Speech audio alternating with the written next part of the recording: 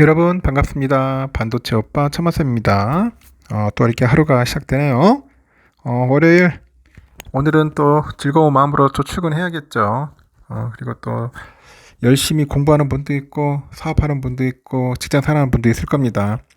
하여튼 여러분이 가지고 있는 그런 목표가 있을 거예요. 그 목표에 맞춰가지고 여러분의 초심대로 흔들리지 않도록 살았으면 좋겠습니다.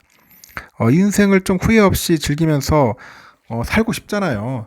살고 싶어요. 처마선도 마찬가지인데 간단하게 한번 이야기를 해드릴게요. 그 방법에 대해서. 왜 일하냐고 물었을 때 힘없고 약간 씁쓸한 표정으로 그냥 먹고 살라고 하지라고 하는 사람이 있어요. 이렇게 물어봤을 때. 또 몰골이 퀭하지만 반짝거리는 그런 눈동자로 너무 힘든데 즐거워 라고 대답하는 사람이 있습니다. 여러분은 어느 쪽입니까? 먹고 살려고 하는 쪽입니까? 아니면 너무 힘든데 즐겁다 이렇게 말할 수 있는 사람입니까? 사람들은요, 그 대부분 하루에 8시간씩 일주일에 5일이죠. 5일을 상당히 많은 우리의 삶의 시간을 일하는 데 소비를 합니다. 어떻게 보면 일 중독일 수도 있어. 하루에 8시간씩. 즉 일하는 시간이 불행하면은 인생이 대체로 행복하기가 어렵다는 뜻이죠. 안 그렇습니까? 일하는 시간이 불행하다.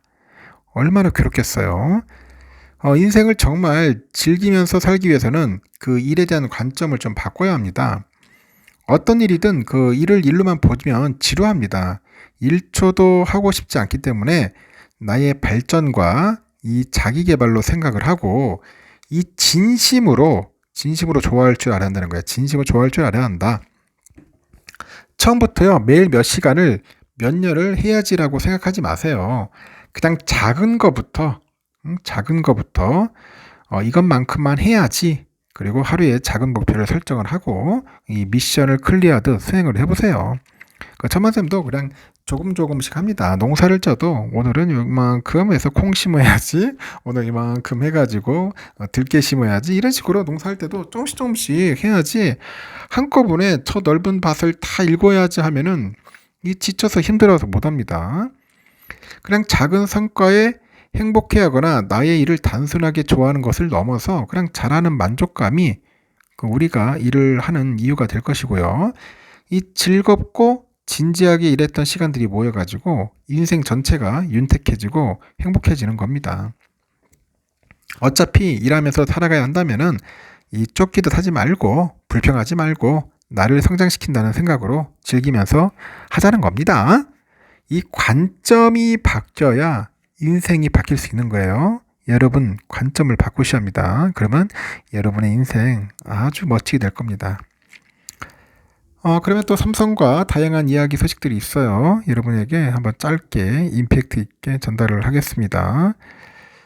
요즘 또 재밌는 일들이 있어요. 좀 AI가 요즘 대세인데 요즘 LG그룹 보니까 LG그룹의 그 R&D 전초기지인 그 마곡에 LG 사이언스 파크에서 LG랑 구글이 인공지능 협력 그 방안을 놓고 머리를 맞댔다고 합니다. LG랑 구글의 협업을 계기로 해서 이제 가전업계의 그 AI 기술 경쟁이 이제 본격적으로 이제 불붙는 양상입니다. LG는 지난달 서울 마곡 소재 LG 사이언스 파크에서 구글 클라우드 이노베이션 데이를 개최했고, LG 계열사 직원 500여 명이 참석한 이번 행사가 LG랑 구글 간의 AI 협력 강화 차원에서 마련된 것으로 현재 파악이 됐다고 합니다. 행사에 참석한 구글 측 인사들은 AI 기반인 자사 대규모 언어 모델 그 제미나이를 소개하고, 최근에 AI 그 시장의 트렌드하고 AI 최적화의 방법, 그리고 AI 시대의 보안 등에 대해서 설명을 했어요. 이 구글 측은 LG의 AI 경쟁력 제고를 위한 전략적 파트너십 구축 필요성을 강조한 것 같습니다. 특히 구광모 회장이 미래 먹거리로 낙점을 해서 집중 육성하고 있는 AI하고 바이오하고 클린테크 등 이른바 그 LG의 ABC 사업의 구글 AI 서비스를 접목을 해서 사상 최고 수준의 인프라를 구축할 수 있다는 점을 부각을 한 거죠. 이어서 LG의 내부 데이터의 효과적인 분석 및 활용을 통한 새로운 기회 창출하고 LG 데이터 플랫폼의 고도화와 신기술 적용을 통한 신규 비즈니스 구현을 합니다. LG의 신기술 개발에 필요한 효과적인 개발 환경 등 구글 AI 서비스의 강점 등을 소개를 했습니다. 이렇게 가전업계는요, 이번 행사가 LG와 구글이 다양한 분야에서 전략적 협업을 강화하는 신호탄이 될 것으로 보는 것 같아요. 이미 두 회사가 로봇 시장에서 협력을 구체화하고 있네요. LG전자는 오는 27일 열리는 구글 클라우드 서밋에서 제미나이를 탑재한 서비스 로봇 클로이를 첫 공개한 뒤에 올 하반기 출시 예정입니다. 이번 협력은 양사의 이해관계가 맞아떨어진 결과고, 챗GPT 계열사죠. 오픈 AI하고 초거대 AI 기술 경쟁을 벌이고 있는 구글이 이 제미나이 생태계를 키워서 시장의 영향력을 빠르게 키우려는 구상을 세웠고, LG전자는 사용자한테 차별화된 경험 제공을 위해서 자사 가전에 탑재되는 AI 기술을 고도화할 필요성이 큰 상황입니다. 이를 위해서 구글하고 손을 잡았다는 분석도 있어요. 구글이 자사 AI 기능을 대거 선보이다 보니까 LG와 협업할 수 있는 그런 가능성을 제시한 거라고 합니다. 제미나이는 텍스트, 사진, 영상, 음성 등을 인식하는 멀티모달 기능이 적용된 현존 최고 수준의 AI 평가로 되는데, LG전자가 이제 쌍방향 언어 능력을 강한 제미나이를 본격 활용하면서 향후 주력 제품에 사용자가 원하는 기능을 더 정밀하게 구현할 것으로 기대한다고 하고, 그렇다고 삼성이 가만히 있냐? 삼성전자도 올해 핵심 제품에서 AI 기능을 대폭 강화하고 있어요. 삼성은 오는 7월부터 AI 음성 비서죠. 빅스비에다 LLM 기반의 생성형 AI 기술을 추가할 예정입니다. 이 사람과 사람이 대화하는 것처럼 스마트폰, 가전, TV 등에 그런 적용된 음성 인식 제어 기능을 강화하려는 차원이겠죠. 그래서 업계에서도 현재 가전에 에어컨 온도 맞춰줘 하면은 이 간단한 명령을 수행하는 것과 달리 향후 나 외출할 거야 라고 말하면은 이 제품을 알아서 꺼주는 수준으로 AI를 발전시키는 게 삼성전자의 구상이다. 이렇게 보고 있는 것 같습니다. 삼성도 잘하고 있다. 앞으로 이제 치열하게 싸울 것 같네요. 참 흥미롭습니다. 그런 거 보면은 하여튼 방심할 때는 아니다. 방심할 때는 아니라는 것을 다시 한번 느껴봅니다. 요즘 반도체 뜨고 있으니까 여러분 제가 항상 늘 얘기하잖아요. ETF에도 관심을 갖는 게 낫지 않냐. ETF도 공부 좀 해야 돼요. 무조건 ETF 산다고 해서 다 돈 버는 거 아닙니다, 여러분. AI 시대의 개막과 함께 현재 반도체 업종의 폭발적인 성장이 기대되는데, 국내외 우량한 반도체 기업에 투자하고 싶은 투자자라면은 신한 자산운용의 솔 한국형 글로벌 반도체 액티브 ETF를 눈여겨볼 만하다. 기자가 이렇게 어필하는 것 같아요. 저는 솔에 대한 제품 별로 좋아하지는 않는데, 좋아하는 것도 있고 하는데, 저도 이 ETF는 별로 관심은 없었어요. 근데 오늘 기사를 보니까 이런 ETF가 있다는 거 참고차 알려주는 겁니다. 여러분 절대로 살 필요는 없어요. 보시고 판단해 보세요. 어떤가. 솔 반도체 ETF를 보니까 엔비디아를 비롯해서 비메모리 반도체 기업과 삼성전자, 하이닉스를 비롯해서 이 메모리 반도체 기업 전반에 분산 투자하는 상품이네요. FN 가이드에 보니까 솔 반도체 ETF 1개월 수익률이 11%입니다. 연초 이후 수익률이 32.77, 괜찮네요. 보니까 32.77%면은 설정 이후 누적 수익률이 91.80. 이야, 좋네요. 아주 좋아요. 91.80이면은. 그래서 미리미리 이런 ETF를 알고 투자하신 분들은 거의 100%에 육박하는 수익을 냈다는 거죠. 이 펀드 운영을 맡고 있는 신한운영에서 이 포트폴리오 상위 정보를 살펴보니까 외장 GPU 1등 엔비디아, 노광장비, ASML, 파운드리, TSMC, 메모리 1, 2등 삼성, 하이닉스, 그리고 CPU 1등 인텔 등이 있다. 그리고 브로드컴하고 AMD를 포함해서 약 50개 종목에 투자한다고 하는데, 글로벌 종목과 한국 종목의 비중은 8대2다. 8대2. 글로벌 반도체 밸류체인 1등주를 한 번에 투자하는 컨셉에 따라 가지고 분산 투자를 통해서 이 변동성을 낮추면서 메모리랑 비메모리, 한국과 글로벌 주요국 반도체 기업의 고른 상승 수혜를 받을 수 있다는 그런 장점이 있다고 어필을 하네요. 자랑을 합니다. 그러면서 해당 ETF는 국내에 상장된 반도체 ETF 가운데 가장 폭넓게 분산돼 있다. 하나의 ETF로 반도체 산업 전반에 아주 효율적으로 투자할 수 있는 상품이라고 떠들어댑니다. 엔비디아, 하이닉스, ASML 등 글로벌 핵심 반도체 기업에 대한 지속적이고 고른 분산 투자가 우수한 성과에 기하고 있다고 하는데 앞으로도 꾸준히 양호한 성과를 낼 것이다. 이렇게 기대를 하고 있고 이 반도체 산업의 턴어라운드, AI 산업의 성장에 따른 신규 수요 등을 감안해보니 이 반도체 산업의 지속적인 성장이 예상되기 때문이라고 하죠.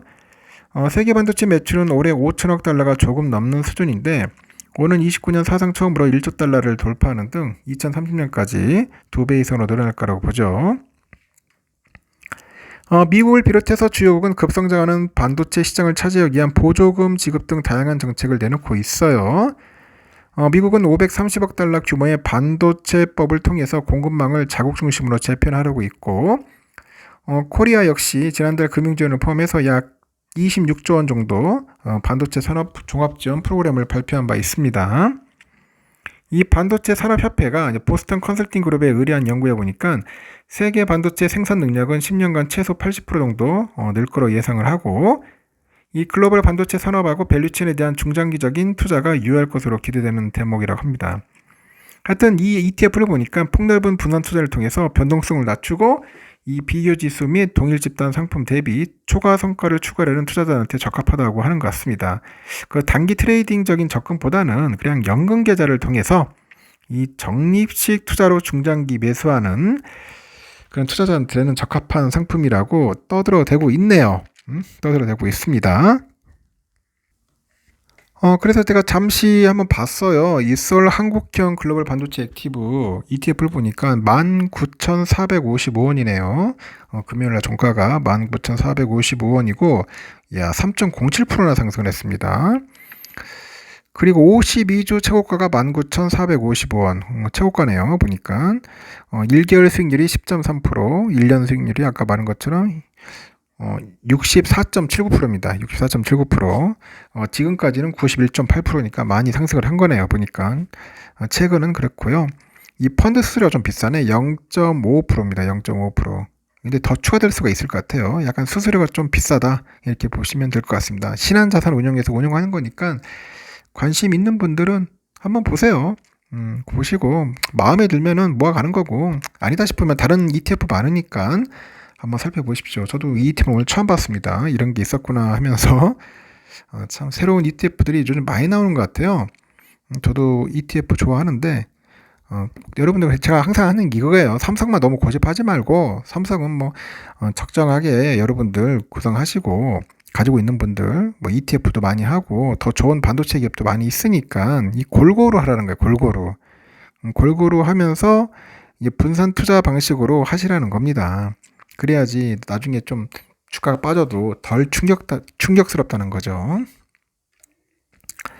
애플이 그 챗봇 등 생성형 AI 관련 제품을 대거 내놓는데 오픈 AI를 비롯해서 AI 기업과 협업한 결과물이 포함됐습니다. 업계에서는 필요한 기술을 그 생태계 안에서 조달하던 애플이 AI 시대를 맞아서 고립주의를 포기했다.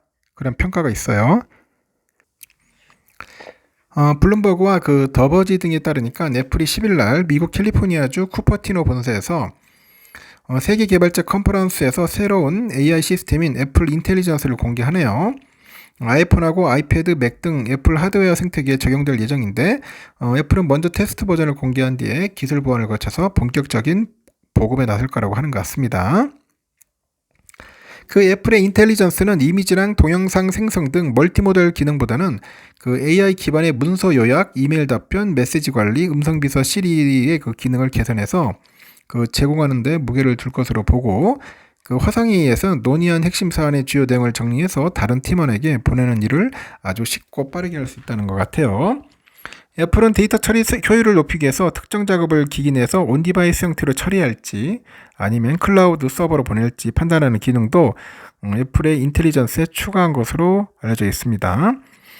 애플은 그 AI 경쟁력을 강화하기 위해서 오픈 AI랑 파트너십을 맺었고 이에 따라서 오픈 AI의 그 챗 GPT와 같은 그런 챗봇을 애플 생태계에서 사용할 수 있을 것으로 보이네요. 애플은 개인정보 보호를 위해서 그 사용자 데이터를 기반으로 해서 프로필을 만들지 않고 자신의 정보가 판매되거나 누군가한테 읽히지 않다는 사실을 이용자에게 알릴 계획이라고 합니다. 애플의 새로운 AI 기능은 M1 칩 이상이 들어간 기기에서 쓸 수 있다고 하죠. 그래서 아이폰 15 프로, 10 프로 맥스와 올해 출시할 예정인 아이폰 16 시리즈부터 사용 가능할 것으로 보여지는 것 같습니다. 앞으로 삼성과 AI 경쟁이 치열해질 것 같습니다. 일단은 삼성과 그 관련된 다양한 기업들 이렇게 설명해 드렸고 여기까지 하겠습니다, 여러분. 오늘도 좋은 하루 보내시고요. 다음 시간에 또 뵙도록 하겠습니다.